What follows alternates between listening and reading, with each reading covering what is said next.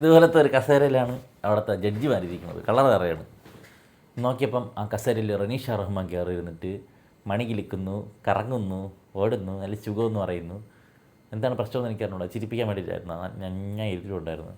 ജഡ്ജിമാർ സൈഡിൽ നിന്നൊക്കെ വരുന്നു. എന്നിട്ട് അവിടെ കുറേ കളി, ചിരി, ചളി. വേറെ ഒന്നും കാണിക്കുകയില്ല. 4 പേരെ പുറത്ത് പറഞ്ഞു വിടണം. അതിന് വേണ്ടി ഒരു ഒഞ്ഞ ടാസ്കും കൊടുക്കുന്നു. ഒഞ്ഞ ടാസ്കല്ല കേട്ടോ, ടാസ്ക് കൊള്ളാം. ഇത്തിരി തല വർക്ക് ചെയ്യേണ്ട ടാസ്ക്കാണ്. പക്ഷേ ഒരുത്തൻ്റെ തല മാത്രം വർക്ക് ചെയ്താൽ പോരല്ലോ, കൂടെയുള്ള കോന്തന്മാരും കളിക്കണ്ടേ എന്ന് ജഗദീഷ് ശ്രീമാർ പറയും പോലെയാണ്. അതിലേക്ക് വരാം. അപ്പോൾ ഇത് കുറേ നേരം ഇരുന്ന് ചളിയിട്ട് വെറുപ്പിച്ച് എൻ്റെ രഞ്ജിനി ഹരിദാസ് എന്നപ്പോൾ രഞ്ജിനി ഹരിദാസിൻ്റെ കമ്മൽ എനിക്ക് ഹഠാത് ആകർഷിച്ചു. തിരിച്ചു മറിച്ച് വിട്ട് വെച്ചുമ്പോഴത്തെ ഒരു കമ്മൽ കൊള്ളായിരുന്നു. അങ്ങനെ പതുക്കെ കുറച്ച് നേരമൊക്കെ കുറേ ചളിയൊക്കെ അടിച്ച് കഴിഞ്ഞപ്പോഴേക്കും അതാ വരുന്നു. ഒരാൾക്ക് പറയാനുണ്ടെന്നുണ്ട്. നമ്മളെ ലാലേട്ടൻ വരുന്നു.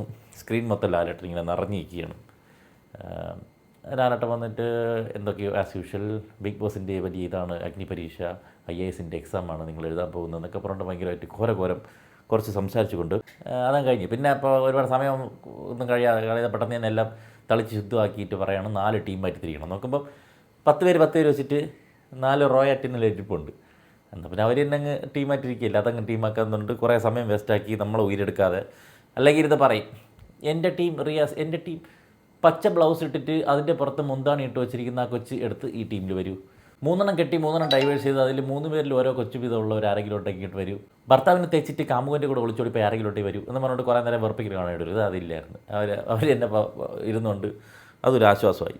ആദ്യത്തെ ടീം താഷിയെ പിടിച്ച് ക്യാപ്റ്റനാക്കി. ഇപ്പോൾ താഷി ഫെയർ ഗെയിം, മറ്റേ താഷിയെ അവരെന്തായാലും അടുത്ത റൗണ്ടിലൊക്കെ അവൻ എന്തെങ്കിലും കഴിവുണ്ടെങ്കിൽ കയറ്റി വിടും. ചെറുതായിട്ട് എന്തെങ്കിലും കാണിച്ചു കഴിഞ്ഞാൽ അവനെ തള്ളി ബിഗ് ബോസിൽ കൊണ്ടുവിടുമെന്ന് എനിക്ക് തോന്നുന്നു. കാരണം ബിഗ് ബോസാണ്, അവനൊരു റൊമാൻറ്റിക് ഒരു റോമിയോ ലുക്കുണ്ട്. അല്ല കുറേ കളവന്മാരെയും വീട്ടമ്മമാരെ കൊണ്ടിട്ട് പ്രത്യേകിച്ച് പ്രയോജനമൊന്നുമില്ല.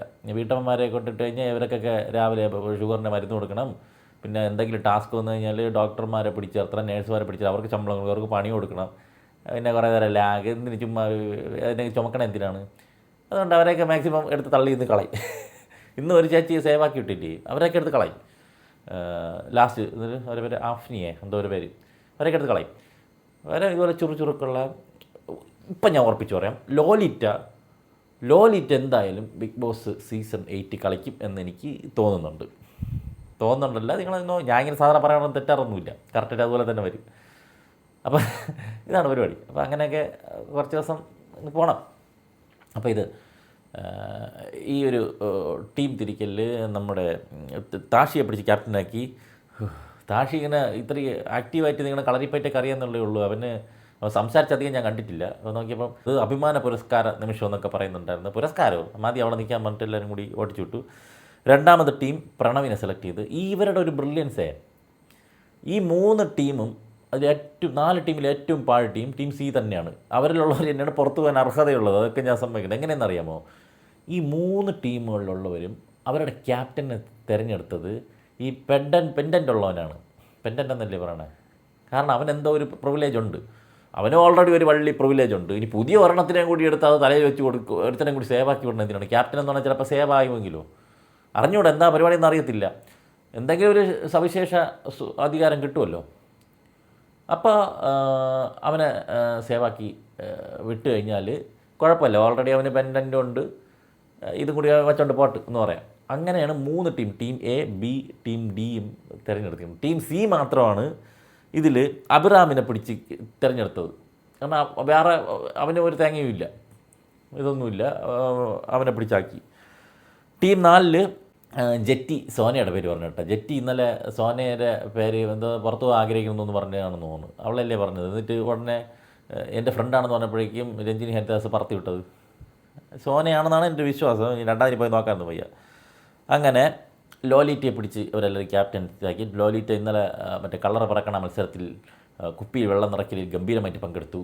അതുകൊണ്ട് അത് യോഗ്യത അടിസ്ഥാനമാക്കി കുപ്പിയിൽ വെള്ളം നിറച്ചതിന് ജയിച്ചത് കൊണ്ട് ബിഗ് ബോസിലേക്ക് കയറാനുള്ള യോഗ്യതയുണ്ടെന്ന് അവർ തന്നെ ടീം മെമ്പേഴ്സ് തിരഞ്ഞെടുത്ത് ലോലിറ്റിയാക്കിയൊക്കെയാണ്. അങ്ങനെ ഇരുന്നപ്പോഴാണ് അവരെല്ലാവരും പറയണേ 4 പേരെ തിരഞ്ഞെടുത്തില്ല, ഓക്കെ 4 പേരെ സേവാക്കി. ക്യാപ്റ്റന്മാർ ഇന്ന് പുറത്ത് പോവില്ല എന്ന് പറഞ്ഞിട്ട് അടുത്തൊരു ഗെയിം അനൗൺസ് ചെയ്യുകയാണ്. ഗെയിം എന്ന് പറഞ്ഞു കഴിഞ്ഞാൽ ഇവർക്ക് പ്ലാൻ ചെയ്യണം.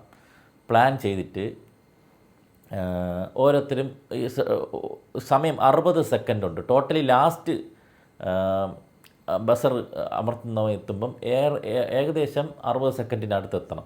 ഏറ്റവും കൂടുതൽ 60 സെക്കൻഡിനടുത്ത് എത്തുന്ന ആൾക്കാർ അവരായിരിക്കും ജയിക്കുന്നത്, ആ ടീമായിരിക്കും ജയിക്കുന്നത്. കാരണം ഇത്രയും പേര് 10 പേരുടെ ചാൻസും പറഞ്ഞു. അപ്പോൾ ഓരോരുത്തർക്കും ഈക്വലായിട്ട് ഡിവൈഡ് ചെയ്ത് അറിയുകയോ എന്തെങ്കിലും സ്ട്രാറ്റജി അപ്ലൈ ചെയ്തിട്ട് മെയിനായിട്ട് ഈ സമയം ഇങ്ങനെ 1, 2 ഇതെണ്ണമുള്ള ഒരു ടാലൻറ്റ് വേണം. അത് ഒരുപാട് പേർക്കില്ല. ഇങ്ങനെയൊക്കെ ഉണ്ട് 2 എന്നുണ്ട്. പക്ഷേ ഒരു സെക്കൻഡിൻ്റെ സ്പീഡ് കറക്റ്റായിട്ട് അറിയാമെന്നുള്ളവർക്ക് ഇത് പറ്റും. എല്ലാവർക്കും ഒരേപോലെ ഷെയർ ചെയ്ത് പോയി കഴിഞ്ഞാൽ ഇത് ചിലപ്പോൾ പണി പാളും. ഇപ്പോൾ എല്ലാവർക്കും 5 സെക്കൻഡ് വെച്ച് ഷെയർ ചെയ്തിട്ട് ലാസ്റ്റ് പറഞ്ഞ 5 സെക്കൻഡ് അടിച്ചാൽ വിചാരിച്ചു കഴിഞ്ഞാൽ പാളിപ്പോവും. അപ്പോൾ ഇവർ എന്താണ് സ്ട്രാറ്റജി എന്നുണ്ട്. ഇതിലൊരു കാര്യം, ഇതിന് ഗെയിമിലേക്ക് കടക്കണമെങ്കിൽ ഏതെങ്കിലും 1-2 ടീമുകൾ ഇത് കളിച്ചൊന്ന് എക്സ്പേർട്ട് ആകുമ്പോൾ പരിപാടി മനസ്സിലാവും. ആദ്യം വരുന്നവർക്ക് ഇത് റിസ്ക് ആയത് പെട്ടെന്ന് ഒരു അങ്കലാപ്പം എന്താ ചെയ്യണമെന്ന് പറഞ്ഞുകൂടാ. പക്ഷേ 1-2 പേര് കളിച്ച് കഴിയുമ്പോഴേക്കും മൂന്നാമത്തെ ഒരു ഐഡിയ കിട്ടും, ഇങ്ങനെ കളിച്ചാൽ കൊള്ളായിരിക്കുമെന്ന്. എന്നിട്ടും ടീം 3 തോറ്റു എന്നുള്ളതാണ് അതിൻ്റെ ഒരു ഭംഗി. ആദ്യം വന്നവർ മാന്യമായിട്ട് കളിച്ച് കൂടുതലുള്ളവർക്ക് മിണ്ടാതിരുന്നു. അപ്പോൾ പിന്നെയാണ് ഈ വെളിയിരിക്കണവർക്ക് മനസ്സിലായത് ഇവരുടെ എന്തായാലും മനസ്സിലാത്തൊരു എണ്ണം ഉണ്ടല്ലോ. ഇപ്പോൾ നമ്മളൊരു പാട്ടിങ്ങനെ ആലോചിച്ചുകൊണ്ടിരിക്കുമ്പോഴേക്കും വേറെ ഏതെങ്കിലും പാട്ട് ഇട്ട് കഴിഞ്ഞാൽ ഇത് നമുക്കങ്ങ് പോകും. അതുപോലെ ഇവരുടെ നമ്പർ ഇങ്ങനെ കാൽക്കുലേറ്റ് വയ്ക്കുമ്പോഴേക്കും അവർ 12, 20 എന്നുകൊണ്ട് കിടന്ന് വിളിക്കുമ്പം ഇവരുടെ കോൺസെൻട്രേഷൻ പോകും. അത് അവർക്ക് പിന്നെയാണ് മനസ്സിലായത്. അതാ പറഞ്ഞത്. പക്ഷേ ആദ്യത്തവർക്ക് ഈ ഒരു പ്രശ്നമൊന്നുമില്ലായിരുന്നു. അവർ 44 സെക്കൻഡ് ആയപ്പോഴേക്കും നോർമലി കളിച്ച് പോയിട്ട് 44 സെക്കൻഡ് ആയപ്പോഴേക്കും ആദ്യം ആരെയൊക്കെയോ ഇത് ഐഡിയ ഇല്ലാതെ വെപ്രാളത്തിൽ ഓണും ഓഫും ആക്കി മാറ്റി കളിച്ചുകൊണ്ടിരുന്നു. അങ്ങനെ അപ്പോൾ ഇവർ റൺ അടിക്കണതിന് വരെ ഇങ്ങനെ പോസ് ചെയ്ത് പോവുകയാണ്. പിന്നെ ഇത് ഇടയ്ക്ക് വെച്ച് ഞാൻ ശ്രദ്ധിച്ചു, ആദ്യം എന്തോ പിന്നെ ബസറ സൗണ്ട് പോലെ എന്തോ കേൾക്കണുണ്ടായിരുന്നു. നമുക്കിനി ക്യാപ്പിച്ചാണെന്ന് അറിഞ്ഞൂടാ. പിന്നെ അതൊന്നും കണ്ടില്ല. അങ്ങനെ ടീം ബി വരുന്നു. ഒരു 42 സെക്കൻഡിൽ അടിച്ചിട്ട് പോയി. ടീം സിയുടെ സ്ട്രാറ്റജി ഓരോരുത്തരും ഓരോ സെക്കൻഡ്. Good strategy. ഒരു സെക്കൻഡ് അടുത്ത വരുന്നു. 2 സെക്കൻഡ് 9 വരെ ആകുമ്പോഴും 9 സെക്കൻഡ്. 10ാമത്തെ 51 സെക്കൻഡ് അടിക്കുക. കിടിലം പരിപാടിയുണ്ട്. പക്ഷേ ലാസ്റ്റ് വന്നത് ശ്യാമെന്ന് ഒരുത്തനാണ്. അവന് സെക്കൻഡ് കൂട്ടാൻ അറിഞ്ഞൂടാ, ഒന്നും കൂട്ടാൻ അറിഞ്ഞൂടാ. അങ്ങനെ വന്ന് ഇത് പാളിപ്പോയി. 33 ആയപ്പോഴേക്കും 1 മിനിറ്റ് ആയെന്നും പറഞ്ഞിട്ട്. ഇപ്പോൾ ഇത് കഴിഞ്ഞവിടെ ഈ ടീമിൽ അടിയായി. കോർഡിനേഷൻ ഇല്ല. മെയിനായിട്ട് ഇങ്ങനത്തെ ഒരു കാര്യം വേണ്ടത്. നിങ്ങൾക്ക് കോർഡിനേഷൻ ഇതും ചെയ്യാനുള്ള സമയം കുറവാണ്. വളരെ കുറച്ച് സമയമേ ഉള്ളൂ. സമയം തീർന്നു കഴിഞ്ഞാൽ പിന്നെ ഏതെങ്കിലും ഒരു പോയിൻ്റ്, അത് നിങ്ങൾ അംഗീകരിക്കുന്നോ ഇല്ലെങ്കിലും ഒരു സാധനത്തിൽ ഫോളോ ചെയ്ത് പോവുക. അതല്ല വേറെ നിവൃത്തിയില്ല. അല്ലെങ്കിൽ ഓരോരുത്തരും ഓരോ രീതിയിൽ പെരുമാറും. ഇതറിയാനുള്ള ബുദ്ധിയില്ലാതെ അവിടെ കിടന്ന് അങ്ങോട്ടും ഇങ്ങോട്ടും ബ്ലെയിം ചെയ്യുക. നമ്മളെല്ലാവരും 3 സെക്കൻഡ് 5 സെക്കൻഡ് വെച്ച് പോകാമെന്ന് പറഞ്ഞാൽ യവന്മാരാണ് ഒരു സെക്കൻഡ് ആക്കിയത്. പക്ഷേ 1 സെക്കൻഡ് ആക്കിയത് നല്ലൊരു ഐഡിയ ആണ്. പക്ഷേ ലാസ്റ്റ് നിൽക്കണവന് എണ്ണാൻ കൂടെ അറിയണ്ടേ. അത് അറിഞ്ഞൂടാതെ 1 സെക്കൻഡ് വെച്ചിട്ട് കാര്യമില്ലല്ലോ. അങ്ങനെ അവർക്ക് ടീം സിക്ക് 33 സെക്കൻഡ്. അങ്ങനെ അടുത്ത ടീം ഡി വരുന്നുണ്ട്. ടീം ഡി വരുമ്പോഴേക്കും പൂജയൊക്കെ അവിടെ കിടന്ന് വേണ്ട പോര്. പൂജയ്ക്ക് അങ്ങനെയെങ്കിലും ബിഗ് ബോസ് കയറി പറ്റണം കേട്ടോ. അതറ്റം വരെ അവളെ പോകും. പൂജ പട്ടിശോയാണ്. പക്ഷേ അവിടെ നിർത്തിയിട്ട് ഇറങ്ങി പോടാ നമ്മൾ രാകേഷ് എണ്ണയൊക്കെ വിളിച്ച് പറയാനുണ്ടായിരുന്നു. അങ്ങനെ ഇരുന്നപ്പോഴേക്കും ഇവരുടെ കറക്റ്റായിട്ട് അവർ കളിച്ച്. ചിലരത് ഇത് പ്രസ്സായില്ല. ടീം ഡിയുടേത് അവർ പ്രസ്സായെന്ന് വിചാരിച്ച് ഇങ്ങനെ പോകണം. അവർ പക്ഷേ 51 സെക്കൻഡിൽ അവർ കംപ്ലീറ്റ് ആക്കി. ഇൻ കേസ് അവർ ആ ഒരു തെറ്റിപ്പോയതും കൂടെ കറക്റ്റായിട്ട് വന്നിട്ടുണ്ടെങ്കിൽ അവർ എക്സാക്റ്റായിട്ട് 60 സെക്കൻഡ് കിട്ടുമായിരുന്നു.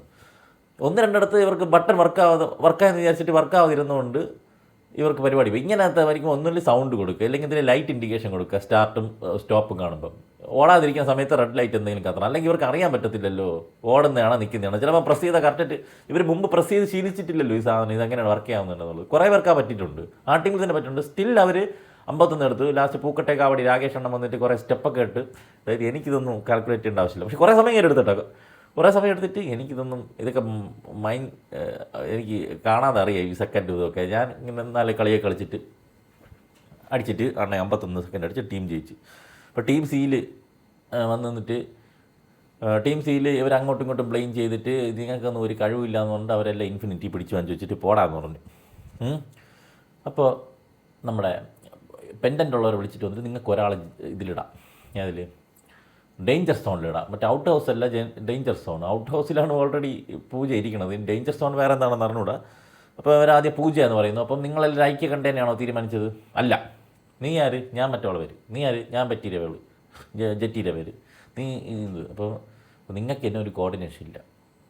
അപ്പോൾ നിങ്ങൾക്ക് കോർഡിനേഷൻ ഇല്ലാതെ നിങ്ങൾക്ക് പൂജ അവിടെ പരിക്കാൻ രജനി ഹരിദാസൻ ചെവി കൂടി മറ്റേ ഇൻഫർമേഷൻ കിട്ടി. കുറച്ച് ഡ്രൈ ആയിട്ട് പോവുകയാണ്, കുറച്ച് എരിയും പുളിയും കയറ്റി വിടുന്നു പറഞ്ഞിട്ട് രഞ്ജിനി ഹരിദാസ് ഷോ തുടങ്ങി. പൂജ അവിടെ പോയിരുത്തുന്നു, പൂജ റോക്കറ്റ് വിട്ട് പോലെ പോകുന്നു, വീണ്ടും മെജോറിറ്റി ചോദിക്കുമ്പോഴേക്കും അഫ്നിയ മതി എന്ന് പറയുന്നു. ഉടനെ പൂജ തിരിച്ചു കൊണ്ടുവന്നിട്ട് അഫ്നിയാക്കി. അവർ പറയണ ഒരു റീസൺ, നല്ലൊരു പ്ലെയറിനെ എന്തിനു എലിമിനേറ്റ് ആക്കുന്നു, പിന്നെ നീ ആ പ്ലെയർക്ക് കപ്പും കൂടി വാങ്ങിച്ചോളൂ. ഇടയിൽ നല്ല പ്ലെയറൊക്കെ മറ്റേ ബിഗ് ബോസിനകത്ത് പോയി കഴിഞ്ഞാൽ വള്ളിയാണ്. നിങ്ങൾക്ക് ഇവിടെ ഈ സമയത്തെ 40 പേരിൽ എങ്ങനെ പോയാലും ഒരു 10 പേര് താഴെ അവർ എടുക്കാൻ സാധ്യതയുള്ളൂ. അവനെ കയറ്റിവിടും എന്ന് പറഞ്ഞാൽ സ്വന്തം കുഴി കൊണ്ടും പോലെയാണ്. ബിഗ് ബോസിൽ പോയതിനു ശേഷം നിങ്ങൾ എന്തെങ്കിലും ചെയ്യും, അത് ആദ്യം അവിടെ എത്തണ്ടേ. അങ്ങനെ കുറേ പേർക്ക് അവിടെ നന്മ മരം കളി, നല്ല പ്ലെയറിനെ പുറത്ത് വിട്ടിട്ട് നമുക്ക് അങ്ങനെ നമ്മുടെ അഫ്നിയെയും കൂടി ആ 10 പേരുടെ കൂടെ എലിമിനേഷന് വേണ്ടിയിട്ട് ഇങ്ങനെ റെഡി ആയിട്ട് നിൽക്കണം. ഡേഞ്ചർ സോണിൽ വന്നിരിക്കുകയാണ്. ഈ ടീം 10 പേര് ഡേഞ്ചർ സോണിലായി. അപ്പോൾ പിന്നെ പൂജ എവിടെയാണ് പിടിച്ചെത്തിയത്? അതെന്തിനാണ് നമുക്ക് വേറെ എന്തെങ്കിലും ട്രോഫി വല്ലതും കൊടുത്തു വിടുമോ?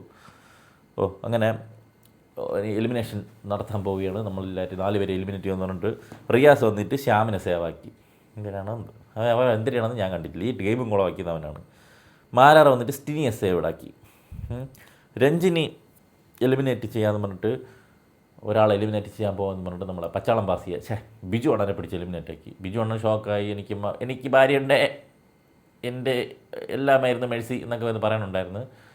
പക്ഷെ അങ്ങേര് ആ ടീമിൽ അത്യാവശ്യം സംസാരിക്കുന്നുണ്ടാണ്. നമുക്ക് പെട്ടെന്ന് അട്രാക്റ്റീവായി തോന്നുന്ന ഒരു മനുഷ്യനാണ്. അതിനേക്കാൾ പാഴുകൾ അതിനകത്തുണ്ട് ഇല്ലേ?